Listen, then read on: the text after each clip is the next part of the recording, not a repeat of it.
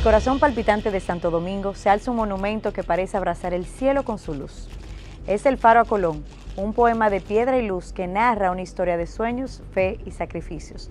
Este es el relato de un anhelo nacido hace más de un siglo que sobrevivió las tormentas del tiempo para convertirse en un legado eterno. El Faro a Colón es más que piedra y luz. Es un susurro eterno de esperanza, una promesa de unidad y un testimonio del sacrificio y la grandeza que construyen la historia. Desde su concepción hasta su realización, este monumento no solo guía barcos, sino también corazones, invitándonos a recordar de dónde venimos y a soñar con lo que podemos ser.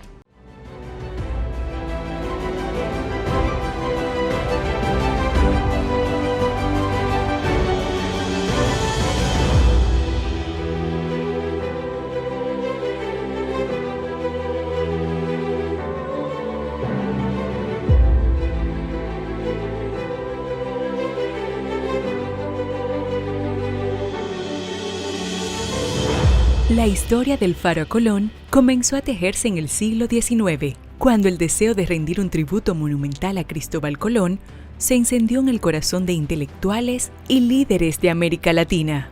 Fue en 1923, durante la Conferencia Panamericana, que se decidió que Santo Domingo, la ciudad primigenia del Nuevo Mundo, sería el escenario perfecto para su construcción.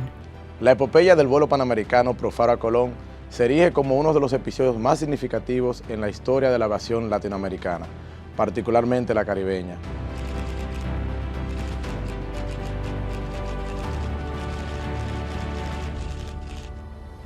Esta audaz travesía, impulsada por el deseo de rendir homenaje al navegante Cristóbal Colón y de fortalecer los lazos entre las naciones del continente, no solo buscaba un objetivo concreto como la construcción de una estructura monumental para rememorar el legendario navegante genovés, sino que también simbolizaba la unidad de los pueblos de América. A lo largo del tiempo, las gestas heroicas de los pioneros del vuelo panamericano pro Faro a Colón han quedado grabadas en la memoria colectiva, no solo por su valentía y destreza como aviadores, sino también por su compromiso inquebrantable con una causa de alcance continental. Entre los líderes de esta histórica misión se destacan el mayor Fran Andrés Félix Miranda, del Ejército Nacional de la República Dominicana, quien en ese momento se desempeñaba como comandante del Destacamento de Aviación del Ejército, y el teniente Antonio Menéndez Peláez, miembro del Cuerpo de Aviación de la Marina de Guerra de Cuba. Ambos comandantes, junto a sus respectivos equipos, enfrentaron con determinación los numerosos desafíos técnicos, los riesgos propios del vuelo y finalmente, y desafortunadamente, el trágico desenlace que marcaría para siempre esta epopeya. De esa experiencia nació un legado poderoso que hasta el día de hoy continúa inspirando a generaciones de aviadores y ciudadanos comprometidos con la unión y la cooperación continental. Ese legado cobra especial fuerza en el corazón de los hombres y mujeres de la hoy Fuerza Aérea de República Dominicana, para quienes esta misión representa un símbolo de orgullo nacional, identidad histórica y vocación patriótica. La motivación que dio origen a rendir homenaje al almirante Cristóbal Colón surgió por primera vez en 1852 con el historiador dominicano Antonio del Monte y Tejada. En su libro Historia de Santo Domingo, propuso la construcción de una estatua como el Coloso de Rodas, en el cual debía establecerse un faro para que los viajeros del Viejo y el Nuevo Mundo, al divisar la primera tierra desde el océano, puedan dirigir los ojos hacia aquella imagen venerable con gratitud y enternecimiento.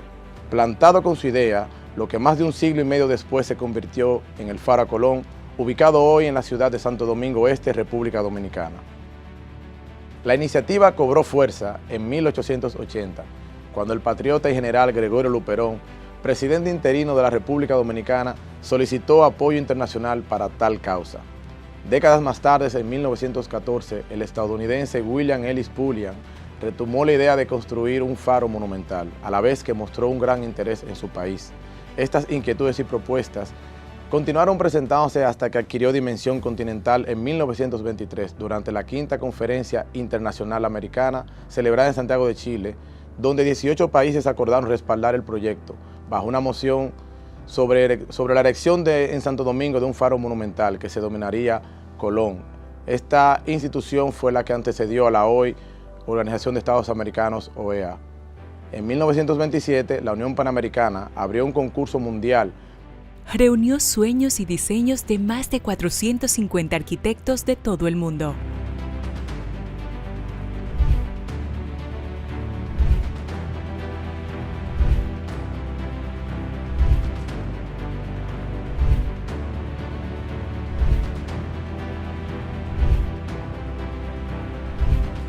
El ganador, Joseph Ligliff.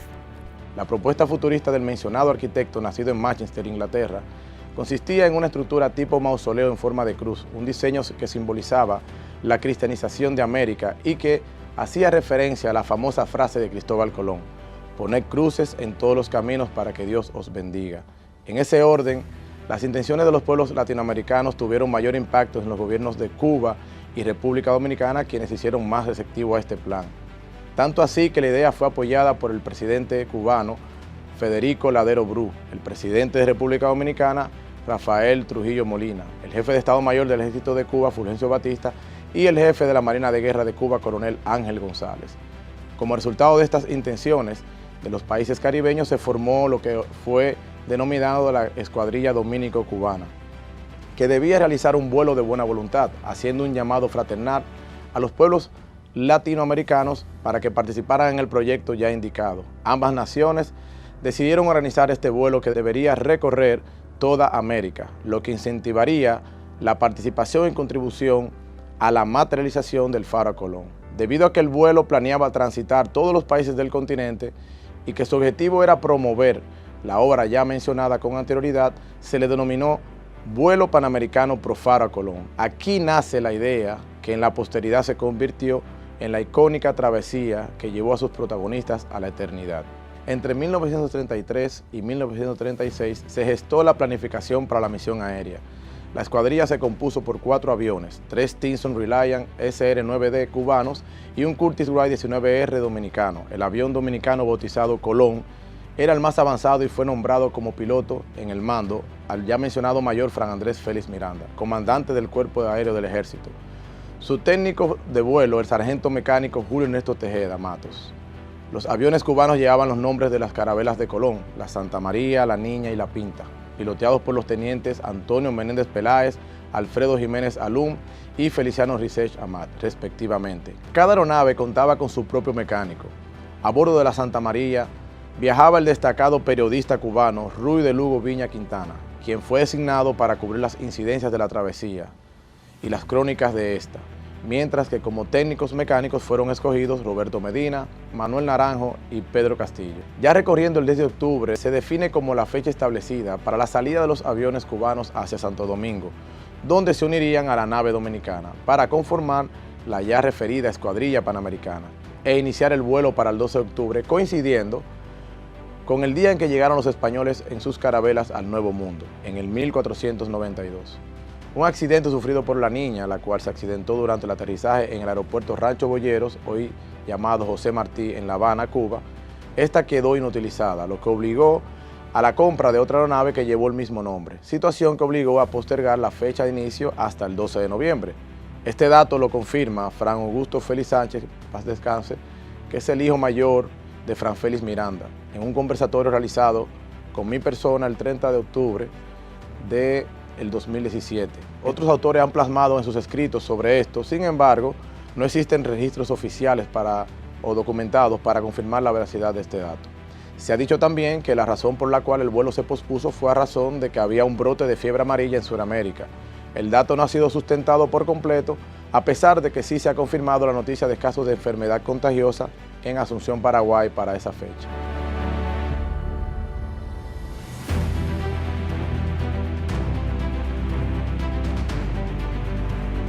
En noviembre de 1937, el sueño del Faro se entrelazó con el sacrificio. 4 aviones nombrados: La Niña, La Pinta, La Santa María y Colón surcaron los cielos en una expedición diplomática para recaudar fondos y sembrar unidad panamericana. La tragedia llegó cuando 3 de las aeronaves se estrellaron en las montañas de Cali, dejando un legado de dolor y valentía. Solo el avión dominicano, Colón, completó su misión, llevando consigo un mensaje de esperanza.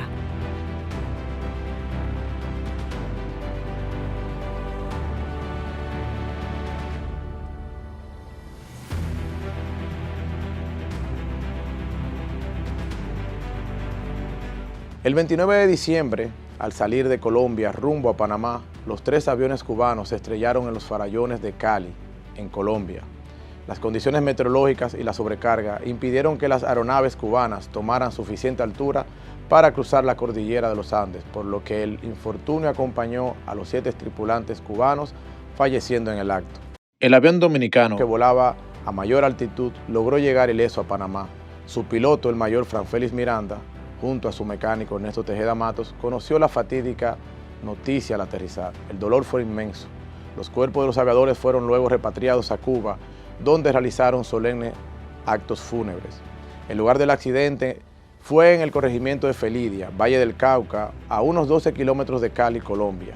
Se convirtió en un sitio memorial, tanto así que en el 2015 se erigió un monumento conmemorativo bautizado como Las Naves del Almirante, como homenaje eterno a los héroes caídos. El 17 de enero de 1938, los restos de los aviadores del vuelo fueron recibidos en La Habana a bordo del buque de guerra Patria. Más de 200.000 personas acompañaron el cortejo fúnebre hasta el Capitolio Nacional. Fueron declarados héroes nacionales de Cuba y condecorados póstumamente con la Orden Juan Pablo Duarte por el gobierno dominicano. Al funeral asistieron el presidente, demás miembros del gobierno y el cuerpo diplomático acreditado en Cuba.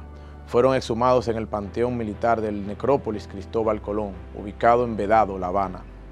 El martes 25 de enero del año 1938 llegó a la capital de República Dominicana a bordo del buque de guerra Presidente Trujillo, el mayor Franfélix y el sargento Ernesto Tejeda. Estos llegan a la patria dominicana cubiertos de gloria y el orgullo de ser dominicanos, después de haber realizado la hazaña de circundar parte del continente americano en compañía de los infortunados aviadores cubanos, que hallaron la inmortalidad en comunión íntima con el infinito en las montañas de Cali. Sin imaginarlo, la tragedia los llenó de gloria.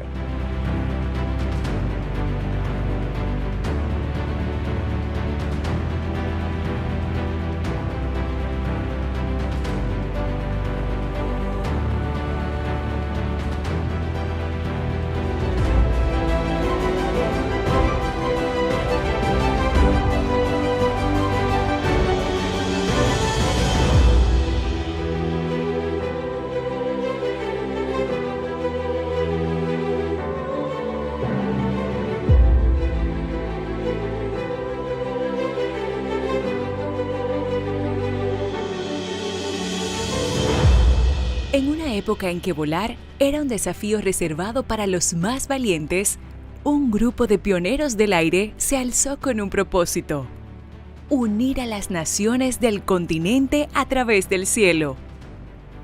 Fue entonces cuando 2 hombres, guiados por el coraje y la visión de una América unida, se convirtieron en protagonistas de una de las travesías más memorables de la aviación latinoamericana.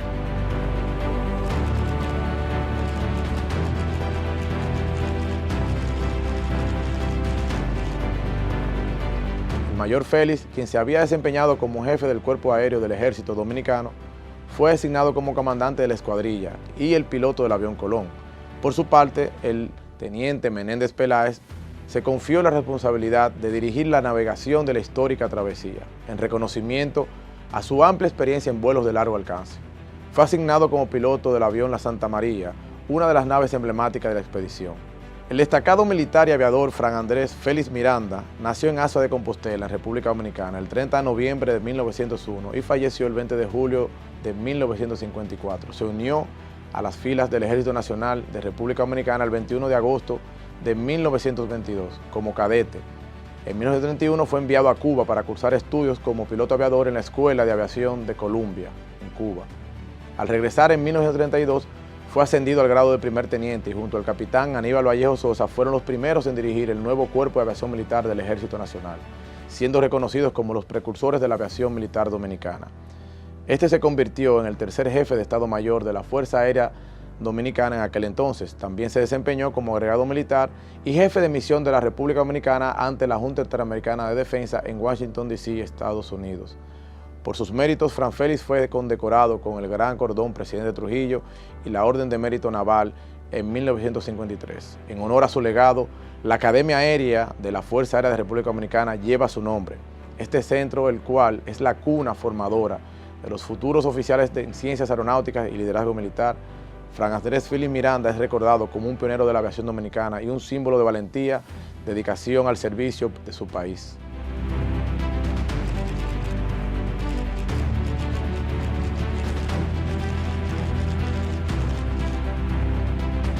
Antonio Menéndez Peláez nació el 4 de diciembre de 1902 en Santa Eulalia de Riberas, en Asturias, España. Siendo niño fue naturalizado cubano y emigró a Cuba, acompañando a su padre a los 14 años, radicándose en la provincia de Cienfuegos.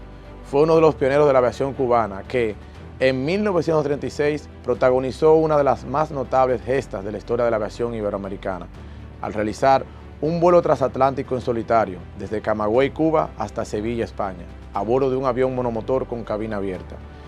Esta travesía aérea, ejecutada en un contexto técnico y meteorológico altamente desafiante, lo convirtió en el primer piloto hispano en completar un cruce del Atlántico en solitario. El itinerario abarcó más de 7.000 millas, distribuidas en 9 etapas, y fue completado en un periodo de 33 días, 10 horas y 20 minutos, de los cuales 61 horas correspondieron al tiempo efectivo de vuelo. Una gran proeza. El vuelo de Menéndez constituyó una respuesta simbólica y técnica a la hazaña realizada en 1933 por los pilotos españoles Mariano Barberán y Joaquín Collar, quienes unieron Sevilla y Camagüey en sentido contrario.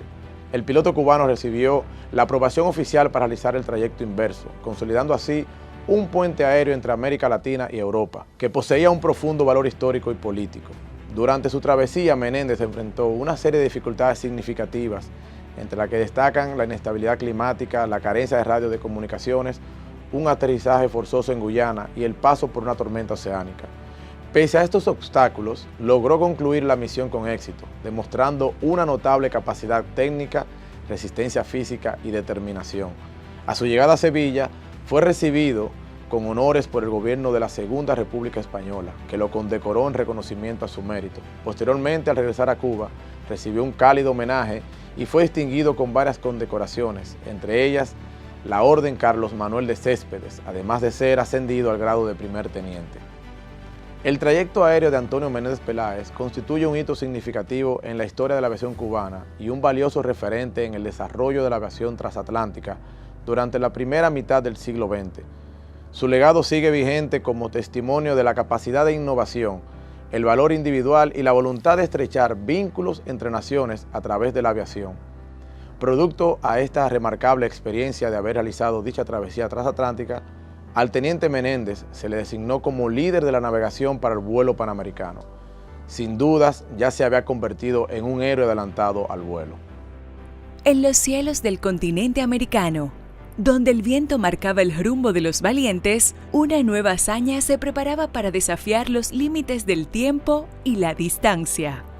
Era el amanecer de una travesía que pondría a prueba la pericia, la resistencia y el espíritu de 3 hombres decididos a escribir su nombre en la historia de la aviación latinoamericana. Un vuelo que no solo cruzaría fronteras geográficas, sino también las fronteras del coraje humano.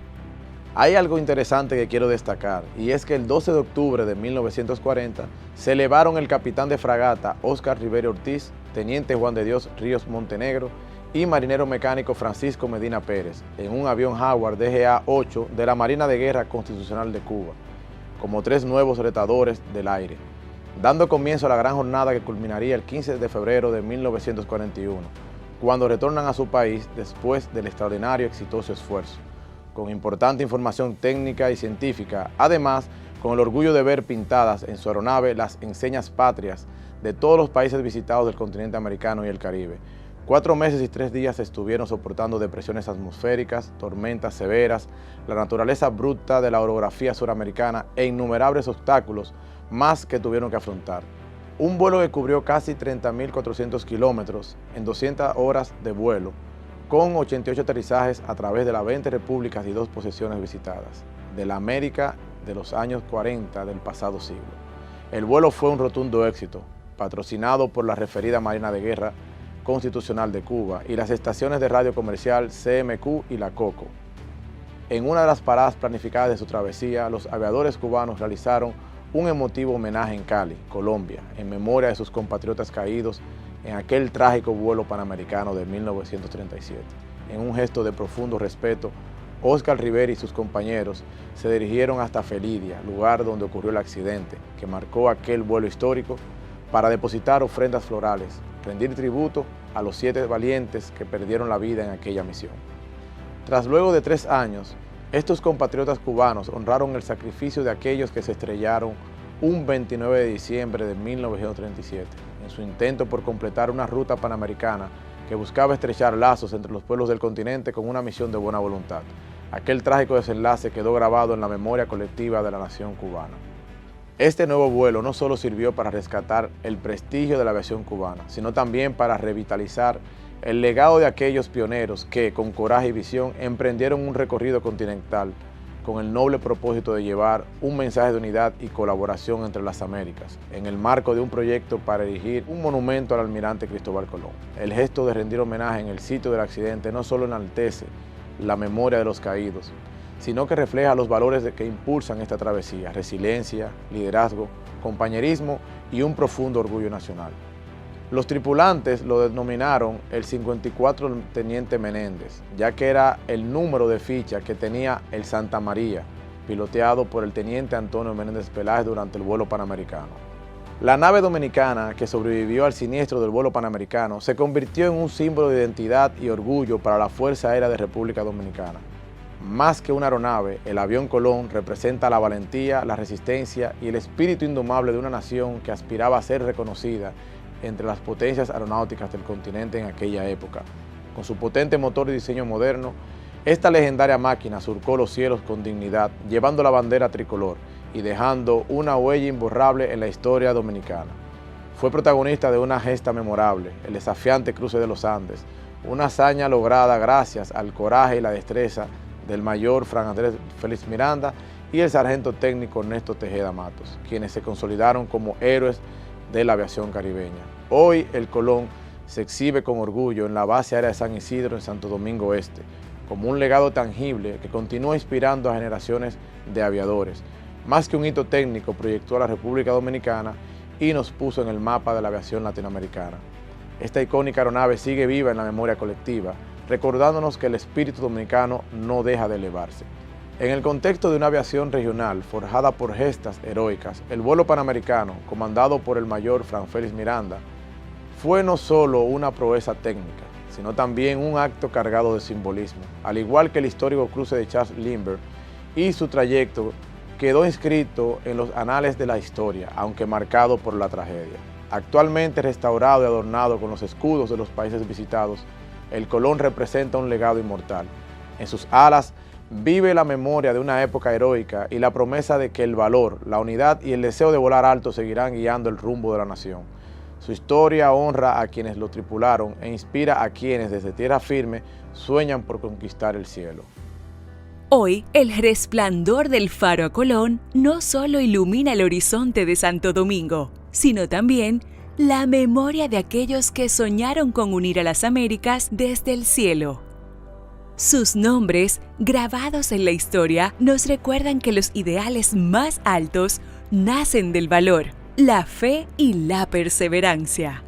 Así, el vuelo panamericano pro Faro a Colón trasciende el tiempo como un símbolo eterno de hermandad y esperanza. Una luz que aún hoy sigue guiando el espíritu de los que se atreven a volar.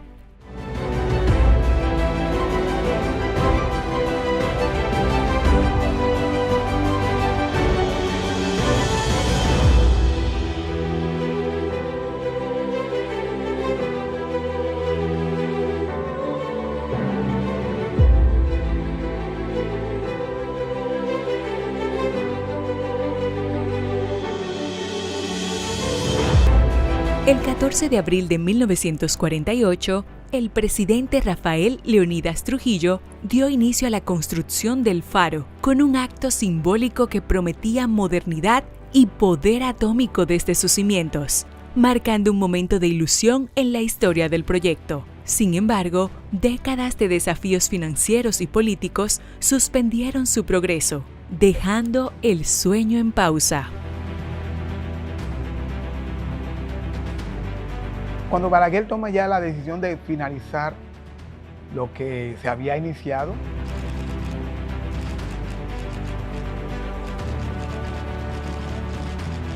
el proyecto de Josely Griff era muy amplio, abarcaba mucho, entonces a nivel económico era mucho más costoso. Entonces Balaguer designa a Teófilo Carbonell para hacer una reducción al proyecto inicial de Josely Griff, para a nivel económico sea mucho menos costoso.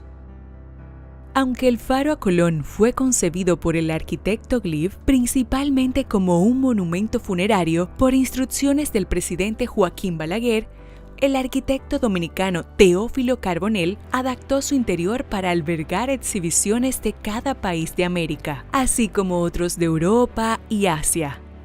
Al inicio era un monumento funerario y después Balaguer lo cambia a un monumento internacional de museos de diferentes países. Y lo que simboliza es el cristianismo. Sabes que el proyecto de Colón al inicio era propagar el cristianismo, por eso él va a buscar apoyo con los reyes católicos que profesan la fe católica para propagar el cristianismo. Por eso el monumento, al tener forma de cruz, es un monumento religioso y del cristianismo, que fue traído a nuestro país por los europeos. Tras muchos años de espera, la construcción del monumento comenzó formalmente en 1948, aunque sufrió interrupciones. Fue retomada en 1986 por la orden del presidente del momento, Joaquín Balaguer, bajo la dirección técnica del arquitecto Teófilo Carbonell, junto a la asistencia del ingeniero William Reed. Finalmente abrió sus puertas, 140 años después de la iniciativa, en el gobierno de Joaquín Balaguer, en 1992, al conmemorarse el 5º centenario del primer viaje de Colón.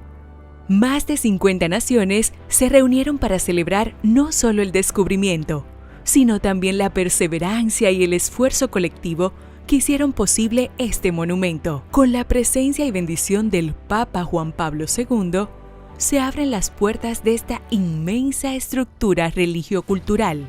La bendición del Papa para este monumento fue algo maravilloso a nivel religioso. Saben que el Papa, creo que es el único Papa que no ha visitado históricamente y vino para esa gran conmemoración. Venir la máxima autoridad de lo que es la Iglesia Católica para un país súper religioso como nosotros y que profesa la fe católica fue algo positivo 100%. El monumento, al Balaguer cambiarlo a una forma de museográfico, abarcando museos de más de 50 países, es una atracción turística no solamente para la cultura e historia de nuestro país, sino que tú aprendes de otros países. Entonces, como es un ícono de tanta cultura, atrae muchos turistas y aprenden nuestra identidad. O sea que nuestra identidad viene de 3 culturas diferentes. O sea que el dominicano surge de una mezcla de tanto taíno, español y negro africano. Ahí tú aprendes identidad europea, asiática, y de otros países que conforman lo que es el monumento, que va mucho más allá de la identidad nuestra. Según la historia, el monumento luz más grande latinoamericano.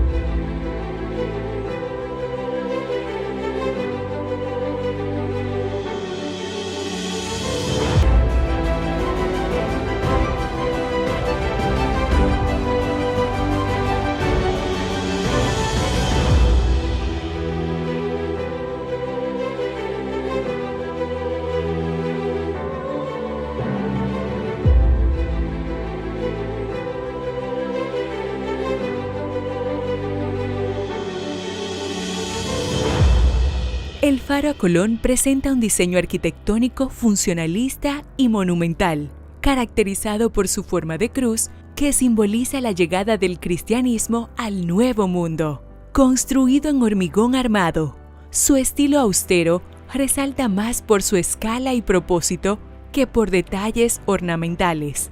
Este enfoque sobrio refuerza su carácter de homenaje histórico, mientras que su iluminación proyecta un espectáculo visual único. Desde los cielos se puede contemplar como una cruz en el camino.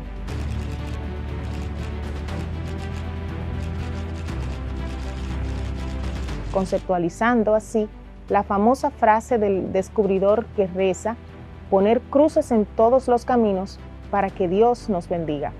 Su edificación está compuesta por 4 edificios de 6 pisos que se unen en el 5º y el 6º nivel. El arquitecto Teófilo Carbonell fue el encargado de concluir la construcción del gran monumento, el cual fue inaugurado el 6 de octubre de 1992 dentro del marco de los 500 años del descubrimiento de América.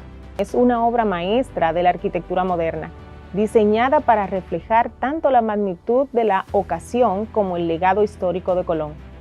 Con una longitud de 239 metros orientados de este a oeste y unos 60 metros de ancho en sus brazos. El monumento se destaca por su forma de cruz y su estructura en hormigón visto y mármol. El diseño también incorpora elementos inspirados en las pirámides mayas, añadiendo una capa de simbolismo histórico a su impresionante apariencia. En su interior, como en el corazón de una historia, guarda los restos atribuidos al navegante, rodeados de exposiciones que celebran la riqueza cultural de naciones hermanas. Cada sala es un viaje a través del tiempo, con arte precolombino, reliquias coloniales, mapas antiguos y documentos que susurran los secretos del pasado. Una entrada jerarquizada por una gran escalinata, provocando una sensación de estar subiendo a un lugar majestuoso y monumental.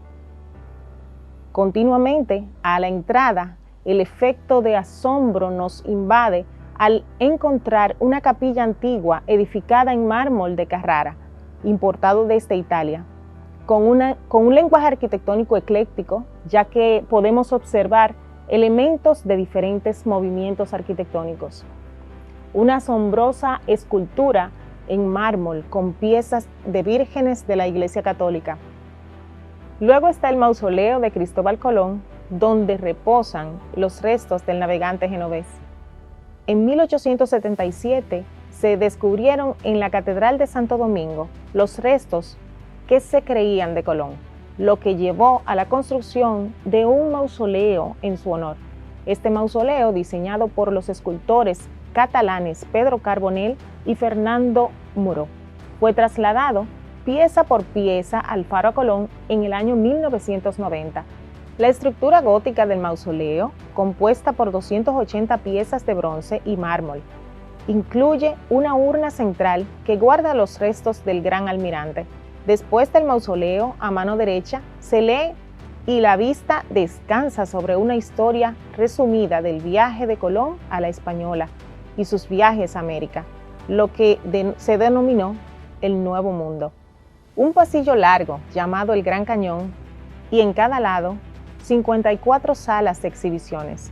El lado derecho están las exhibiciones de los continentes europeo y asiático y del lado izquierdo los países del continente americano.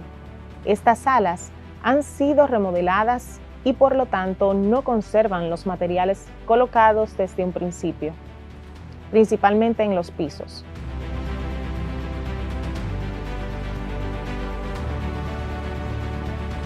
Hoy, el Faro a Colón se alza como un puente entre el pasado y el futuro, un lugar donde la historia se convierte en luz. Más que un monumento, es un museo vivo, un mausoleo que atesora la memoria y un faro que guía a quienes buscan comprender nuestra identidad compartida.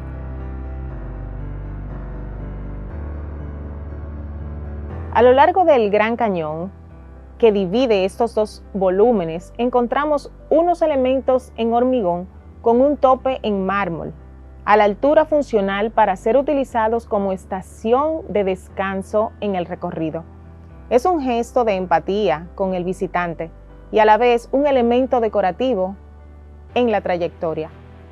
La iluminación dentro de las salas de exhibición es, en un principio, de concepto precolombino, lo que guarda una relación con la función del espacio, pero con el tiempo han sido renovadas y sustituidas por técnicas de iluminación de vanguardia, con focos dirigidos al lienzo o la composición expuesta. Las puertas de más de 5 centímetros de espesor en madera preciosa, con un tallado profuso y un diseño espectacular, con tiradores antiguos que evocan la época colonial. En las ventanas encontramos una combinación de lo clásico y lo contemporáneo. Ventanas en forma de trapecio, con bordes de madera preciosa y vidrio, y otras en estilo y materiales contemporáneos en forma de cruz, en aluminio de color negro y vidrio esmerilado tintado. Una característica notable del faro es su espectáculo nocturno. Más de 150 luminarias instaladas a lo largo del monumento permiten que una gran cruz luminosa sea proyectada en el cielo, creando una vista impresionante que se puede apreciar a gran distancia. Además, el monumento cuenta con una serie de estandartes que representan las banderas de todos los países americanos, simbolizando la unidad y la hermandad entre naciones. Su presencia imponente no solo narra historias, sino que también teje nuevas, atrayendo a miles de turistas cada año. Es un motor que impulsa el turismo y la economía local, desde hoteles hasta restaurantes, desde artesanías hasta eventos culturales que celebran la creatividad. En su interior, artistas, académicos y soñadores encuentran un espacio donde el pasado dialoga con el presente para iluminar el porvenir. El Faro Colón es más que una estructura monumental, es un símbolo de unión entre América y Europa, de la cooperación entre naciones para rendir homenaje a una figura histórica y al mismo tiempo el espíritu de los pueblos que dieron su vida en el intento. Es una edificación que ilumina no solo el cielo de Santo Domingo, sino también la historia compartida de dos mundos que se encontraron hace más de 500 años. Y me gustaría destacar algo el cual tiene mucha significancia, no solamente para mí, sino también para todos los aviadores de la Fuerza Aérea. Como saben, todo sueño que a base de sacrificio y entrega inicia como una idea, se transmite como un pensamiento y finalmente se convierte en realidad. El Faro Colón recorrió un largo camino de 55 años. Fue el general retirado, Julio Ernesto Tejeda Matos, quien en 1937 fue aquel mecánico del avión Colón y único miembro de la Escuadrilla Panamericana que pudo presenciar en vida la construcción de esta luminaria monumental dedicada al gran almirante Cristóbal Colón. Este querido técnico de aeronaves de la Fuerza Aérea de República Dominicana falleció meses después de haberse inaugurado, como si contemplar la cruz iluminada en el cielo oscuro hubiera sido su última misión antes de reunirse con sus compañeros en la eternidad. El vuelo panamericano pro Faro Colón no solo marcó un hito en la aviación, sino que dejó una huella imborrable en la historia de las Américas.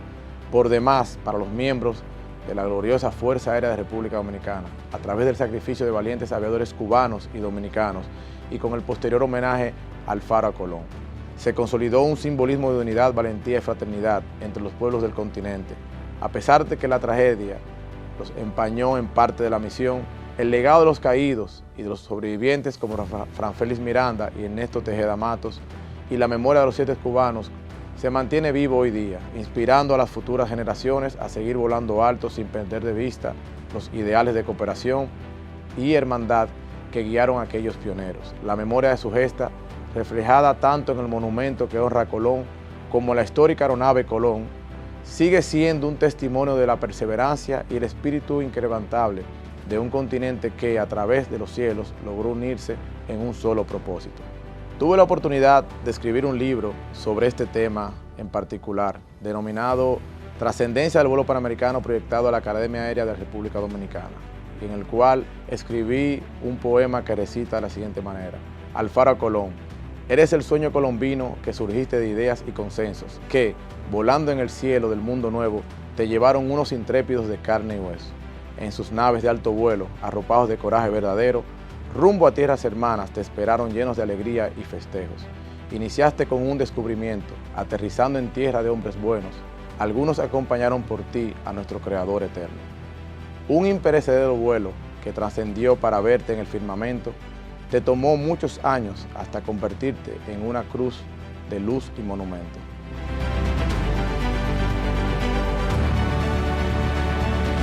Nuestra historia nos hace trascender. Sin lugar a dudas, el tener la oportunidad de conocer más sobre el Faro Colón nos edifica. Les invitamos a seguir sintonizándonos en ProDominicana TV.